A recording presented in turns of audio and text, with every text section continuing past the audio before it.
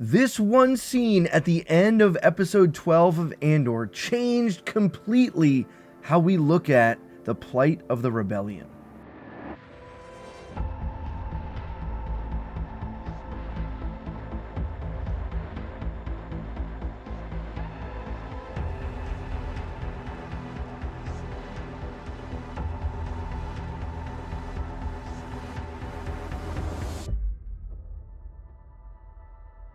A long-held belief of the Jedi has been that the Force wills and guides individuals into action. One can even learn to feel its guiding and give into its will. Be mindful of the living Force, young Padawan.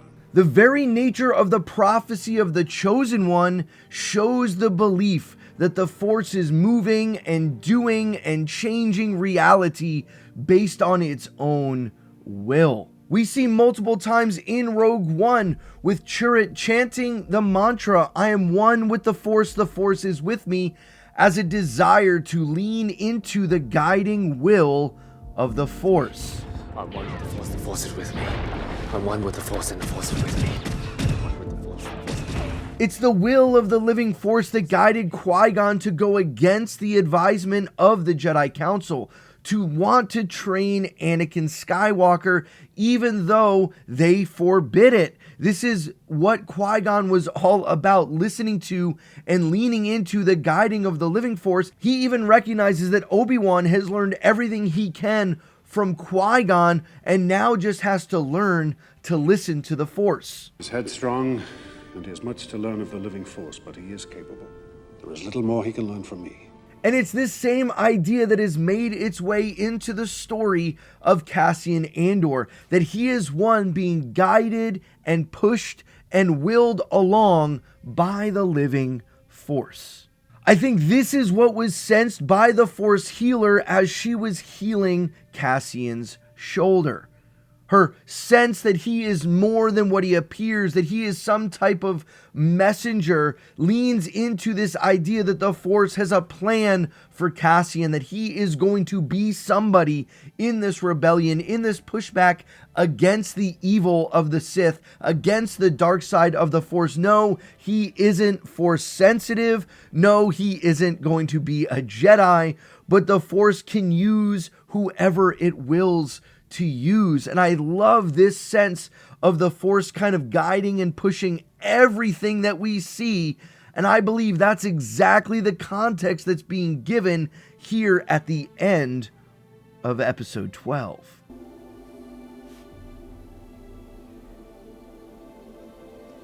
Thank you. Thank you for what? The clarity. That feeling. It's been a very long time. I thought it had gone for good. So easy to lose faith. All that you've been gathering. The strength of spirit. Surely you must feel it. I'll work on that. I'll come back and let you know. I sense the weight of things. Things I can't see. Pain, fear, need. Most beings carry the things that shape them, they carry the past. But some, very few. Your pilot. They're gathering as they go. There's a purpose to it. He's a messenger. Cassian is being used as a messenger by the Force to spark the rebellion. It's what brings the rebellion into action to ensure the plans of the Death Star make their way back to the Alliance. Cassian isn't just doing what he thinks is best. He is being used and led by the living Force.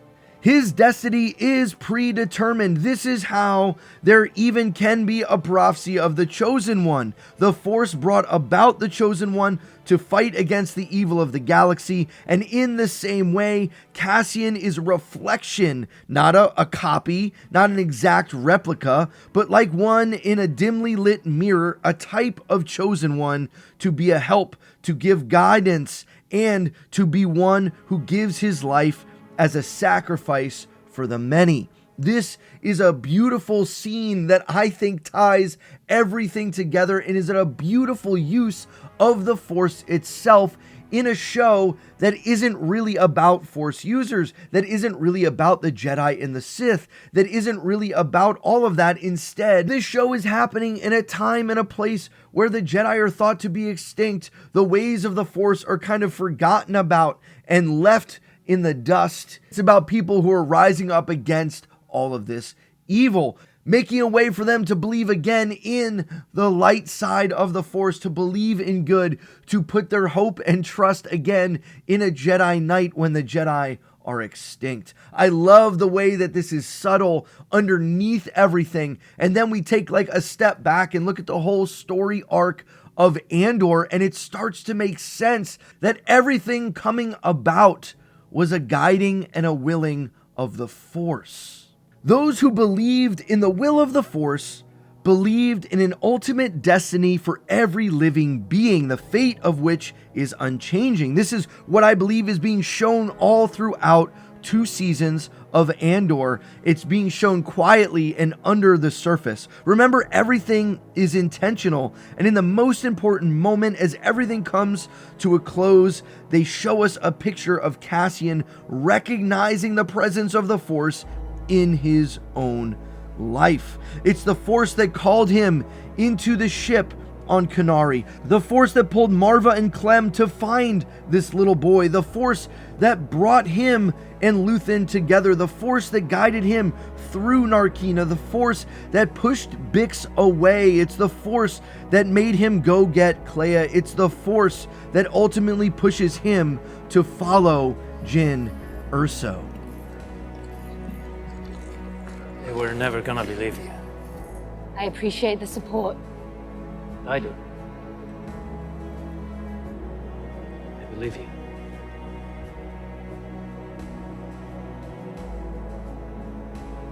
I'd like to volunteer. Some of us, most of us, we've all done terrible things on behalf of the rebellion. Spies, saboteurs, assassins.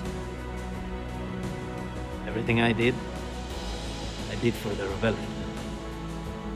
And every time I walked away from something I wanted to forget,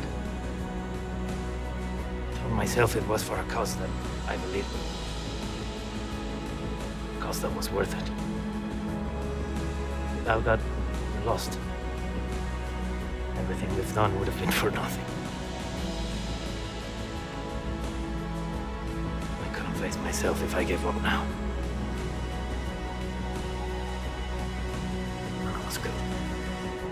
In this final moment and clip of Andor Season 12, we are getting a picture of the entire life of Cassian being one that is guided by the Force. I believe there's now a connection being woven between Cassian as a type of chosen one, leading to the eventual redemption of Anakin Skywalker. It's Cassian that's going to steal or help steal the Death Star plans. None of it happens without him. And without the Death Star plans being stolen and given to the Rebel Alliance, there isn't this opportunity for Luke Skywalker to trust the Force, to destroy the Death Star, and in thereby doing, solidifying in the minds of the rebellion the need to lean into the Force more, to trust this young kid who is training to be a Jedi, who's going to then go find Yoda and be trained in the ways of the Force, who's going to come